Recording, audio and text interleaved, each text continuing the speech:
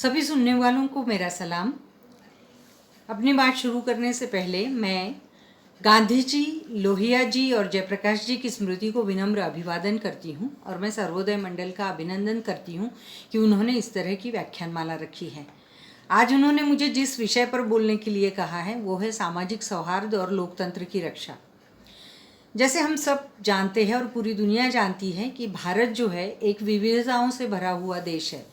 इसमें विविध धर्म हैं, भाषाएं हैं, भौगोलिक विविधता है, सतरंगी संस्कृति है, लेकिन ये एक देश है और इस देश की विविधता में एकता ही ताकत है और इस देश के लोकतंत्र की भी विविधता में एकता ही एक ताकत है।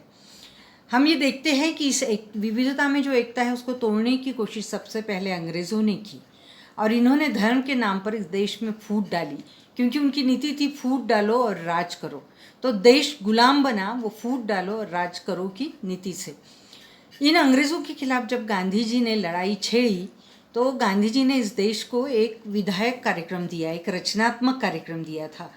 उस रचनात्मक कार्यक्रम को अगर हम देखें तो हमें दिखाई देता है कि कौमी एकता ये सबसे पहले उस कार्यक्रम में आता है। सबसे पहली प्राथमिकता गांधी जी ने कौमी एकता के सवाल को दी थी और हम देखते हैं कि गांधी जी ने जो आज़ादी की लड़ाई छेड़ी, उस आज़ादी की लड़ाई का स्वरूप अगर हम देखें तो आज़ादी के लिए देश के पूरे सभी समुदायों को गांधी जी ने एक कर दिया था।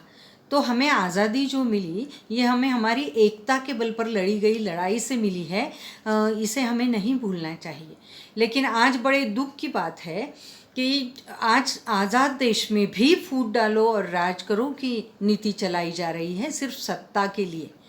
और यहाँ धर्म के नाम पर, जाति के नाम पर, संप्रदाय के नाम पर लोगों को बांटा जा रहा है। आप ये समझने की कोशिश कीजिए कि क्या इन झगड़ों से, एक दूसरे के खिलाफ लड़ने से क्या देश की ताकत बढ़ेगी? आज हमारे देश के सामने सांप्रदायिकता ही बहुत बड़ी चुनौती बन गई है और इस सांप्रदायिकता की चुनौती के पीछे गरीबी का सवाल, भूख का सवाल, बेरोजगारी का सवाल, सारे सवाल पिछड़ गए हैं और सिर्फ हिंदू मुसलमान की बात चल रही है।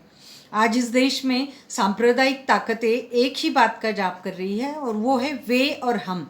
पूरे देश को जैसे लड़ाई का मैदान बना दिया गया है। गांधी जी कहते थे कि एकता में बल होता है, ये सिर्फ निरी कहावत नहीं है, ये जीवन का एक सिद्धांत है। अगर हमारी एकता में फूट पड़ जाए तो ये तय है कि हमारी अधोगति होगी ही होगी। वो हमारी अधोगति और बर्बादी तय है। जब हम हिंदू मुसलमान एक दूसरे का गला काटने पर आमादा हो जाए तो आसानी से कोई बाहर की ताकत हमें गुलाम बना सकती है। गांधी जी इससे आगे ये कहते हैं कि ये देश किसी एक धर्म का भी नहीं हो सकता।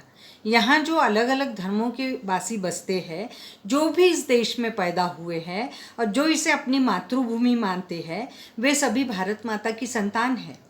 फिर वे हिंदू, मुसलमान, सिख, ईसाई, पारसी, जैन, किसी भी धर्म के हो और जो सभी अन्य हिंदू हैं उनका भी ये देश है। ये देश कभी भी हिंदू राज्य नहीं हो सकता, ये देश केवल भारतीय राज्य हो सकता है। तो ये जो उन्होंने कहा कि धर्म के नाम पर लोगों को लड़ाने की जो कोशिश चल रही है उससे देश बर्बाद ही होगा और अगर हम एक नहीं हो पाए तो हमारी आज़ादी भी कायम नहीं रह सकती है। लेकिन आज धर्म की राजनीति करने वाले मानवता को कुचल रहे हैं, धर्म के नाम पर, जाति के नाम पर वंचितों को कुचल रहे हैं। गांधी जी ये कहते थे कि एक ही धर्म सब पर छा जाए ये आज की ज़रूरत नहीं है, बल्कि आज सभी धर्मों का आदर करने की ज़रूरत है और उनका सच्चा सार ढूंढने की ज़रूरत है। अगर कुछ मुसलमान ये कहते हैं कि हमारे इस्लाम धर्म का झंडा पूरी दुनिया में चले तो ये जैसे खोखला सपना है, वैसे ही इस देश से हम मुसलमानों को, ईसाइयों को निकाल देंगे, बाहर निकाल फेंकेंगे, ये भी कुछ हिंदुओं का खोखला सपना है। इन दोनों की एकता के बगैर, यहाँ की सभी धर्मों, संप्रदायों में एकता के बगैर ये देश आगे नहीं जा सकता है। लेकिन आज हम देखते हैं कि आज इस देश में मंदिर, मस्जिद, हिंदू मुसलमान का खेल खेला जा रहा है और हमारा जीडीपी -24% हो गया है। तो ये किस चीज़ की निशानी है? हम लड़ रहे हैं और देश बर्बाद हो रहा है। गांधी जी के करीबी समाजवादी नेता डॉक्टर राम मनोहर लोहिया जी ने कहा था कि हिंदू मुसलमान संबंध सौहार्दपूर्ण होना ही इस देश के आगे बढ़ने की गारंटी हो सकती है। और गांधी जी के रास्ते पर चले जयप्रकाश जी भी ये कहते थे कि भारत का हजारों वर्षों का इतिहास अगर हम देखें तो भारत के शत्रु बाहर से नहीं आए, वो तो यहीं पर तैयार हुए। जब हमने आपस में फूट डाली, शोषण किया, तब बाहर से आए लोग विजयी हुए। जब हम एक थे, हमने सिकंदर के सेनापति सेल्यूकस को हरा दिया था। और आज हम खुद हमारे ही घर में खुद के दुश्मन बन गए हैं। हमारा दुश्मन हमारे दिमाग में घर बनाकर बैठ गया है। आज हमारे दिमागों में इस तरह की हवा बन गई है, एक तरह की मानसिक अराजकता फैल गई है और वो हर तरह से प्रकट हो रही है। हमको उससे लड़ने की ज़रूरत है। भारत में सामाजिक सौहार्द की बात करते वक्त हिंदू मुसलमान एकता की बात जितनी महत्वपूर्ण है, उतना भी ये सोचना भी ज़रूरी है कि सामाजिक सौहार्द टूटने की दूसरी वजह जो है वो समाजों में विषमता बढ़ती जाना। हम देखते हैं कि आज आर्थिक विषमता बढ़ रही है, हमारे यहाँ स्त्री पुरुष विषमता बढ़ रही है, गांव और शहरों के बीच विषमता बढ़ रही है। तो जो जितनी प्रकार की विषमताएं हम समाज में आज देखते हैं, वो विषमता ये भी समाज का सौहार्द तोड़ने की बात करते तोड़ने की तरफ समाज को ले जाती है। तो ये जो है कि हमें देखना होगा कि सामाजिक सौहार्द तभी आएगा जब हम इन विषमताओं से लड़कर समानता को स्थापित करने की कोशिश करेंगे। तो यहाँ विविधता है लेकिन विषमता भी है, ये बात हमको ध्यान में रखनी पड़ेगी। गांधी जी कहते हैं कि जो राज्य सत्ता है उसको इस तरफ ध्यान देना पड़ेगा।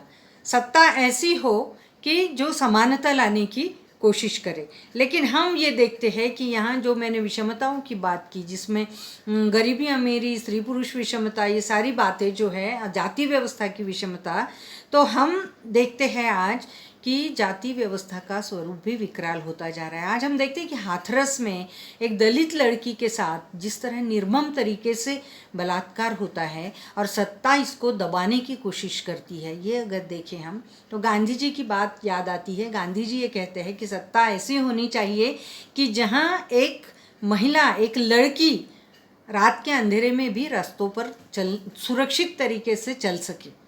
और गांधी जी सिर्फ वो बात नहीं करते हैं, गांधी जी ये कहते हैं कि जल, जंगल, ज़मीन, इनकी सुरक्षा जो है ये भी राज्य सत्ता जो है इस तरह की होनी चाहिए कि ये सारे पशु पक्षी, ये जीव भी खुद को सुरक्षित महसूस कर सके। तो ये सारी सामाजिक सौहार्द की बात जो है, इसमें ये हमारी सृष्टि भी जो आती है उसकी भी बात गांधी जी करते हैं। जब मुंबई में आरए में 2,500 से 3,000 पेड़ निर्ममता से काट दिए जाते हैं, तो ये राज्य सत्ता का क्रूर स्वरूप आज हम देख रहे हैं। अमीरी गरीबी की जो खाई विकराल होती जा रही है, उसमें हम अगर देखें तो आज अंबानी की व्यक्तिगत संपत्ति जो है वो 6,58,400 करोड़ हो गई है। और ऑक्सफैम इंटरनेशनल का रिपोर्ट कहता है कि भारत की कुल संपत्ति में से 73% संपत्ति जो है वो सिर्फ 1% लोगों के हाथ में सिमट गई है। तो ये जो अमीरी गरीबी की खाई विकराल होती जा रही है, तो सामाजिक सौहार्द की बात जो हम करते हैं उसमें जैसे धर्मों के आधार पर लोगों को बांटना है, वैसे ये जो अमीरी गरीबी और जातिगत तौर पर विषमताएं बढ़ रही हैं उसको भी सोचा जाना चाहिए। और ये सब जब हम देख रहे हैं कि भारत की, हमने देखा कि कोविड-19 के लॉकडाउन में हज़ारों मजदूर भूखे प्यासे पैदल चल रहे थे और आज हमारी सरकार कहती है कि हमारे पास उनका डेटा नहीं है। तो हमको ये दिखाई देता है कि गरीबों के प्रति जो सहानुभूति होनी चाहिए, जो एक भूमिका जिम्मेदारी की होनी चाहिए, वो भी हमें नहीं दिखाई देती। और सिर्फ हिंदू मुसलमान के नाम पर देश को बांटने की कोशिश राज्य सत्ता करती रहती है, ये हमें दिखाई देता है। इसमें और एक बड़ी चुनौती जो है, भारत का जो संविधान है वो समानता और सामाजिक न्याय की बात करता है, लेकिन इस संविधान को तोड़ने की भी बात सांप्रदायिक राज्य सत्ता जो है वो कर रही है और उसको तोड़ा मरोड़ा जा रहा है। इतना ही नहीं, चुनाव की प्रक्रिया जब हम देखते हैं तो जाति धर्म के नाम पर ध्रुवीकरण करके सांप्रदायिक एजेंडा आज मजबूत किया जा रहा है। तो इस सांप्रदायिकता ने इस देश के सामाजिक सौहार्द के आगे एक बहुत बड़ी चुनौती खड़ी कर दी है। आज हम देखते हैं कि तकनीकी विकास को भी सांप्रदायिकता के लिए इस्तेमाल किया जा रहा है। हम देखते हैं सोशल मीडिया जहर फैलाने के लिए, लोगों में गलत फहमियाँ और झूठ फैलाने के लिए इस्तेमाल किया जा रहा है। हमने देखा है कि दिल्ली दंगों की जब खबरें आई तब हमें साफ हुआ कि दिल्ली दंगों में सोशल मीडिया का किस तरह से इस्तेमाल किया गया था। ये बेहद चिंताजनक बात है कि सारी चीज़ों को सिर्फ सांप्रदायिक ध्रुवीकरण के लिए इस्तेमाल किया जा रहा है। गांधी जी ये कहते हैं कि इसमें एक रास्ता है इन सारी चीज़ों से उबरने का, देश को और मानवता को आगे ले जाने का, वो है हमारे कौमी एकता का। देश तभी आगे जा सकता है जब यहाँ के लोग एकजुट होंगे। और वो ये कहते हैं कि लोकतंत्र की भी रक्षा अगर कोई कर सकता है तो जब जनता एकजुट होकर अहिंसात्मक सत्याग्रह करती है तभी लोकतंत्र की रक्षा हो सकती है। तो लोकतंत्र की रक्षा जनता कर सकती है और वो अहिंसक सत्याग्रह से बड़ी जुल्मी ताकत को भी हटा सकती है। लेकिन इसके लिए हमें सही सवालों पर सभी को, हिंदू मुसलमान सभी धर्म संप्रदायों को एक होना बहुत ज़रूरी है। इन सारी परिस्थितियों में गांधी जी ने जो अपने रचनात्मक कार्यक्रम में कौमी एकता को स्थान दिया था और सबसे पहला स्थान दिया था, उसको आज याद करने की ज़रूरत है। वो आज के दौर में भी उतना ही खरा है, बल्कि उतना ही ज़रूरी भी हो गया है। हम सबको उसके लिए आज कटिबद्ध होना पड़ेगा। इस बात को याद करने की आज ज़रूरत है। धन्यवाद।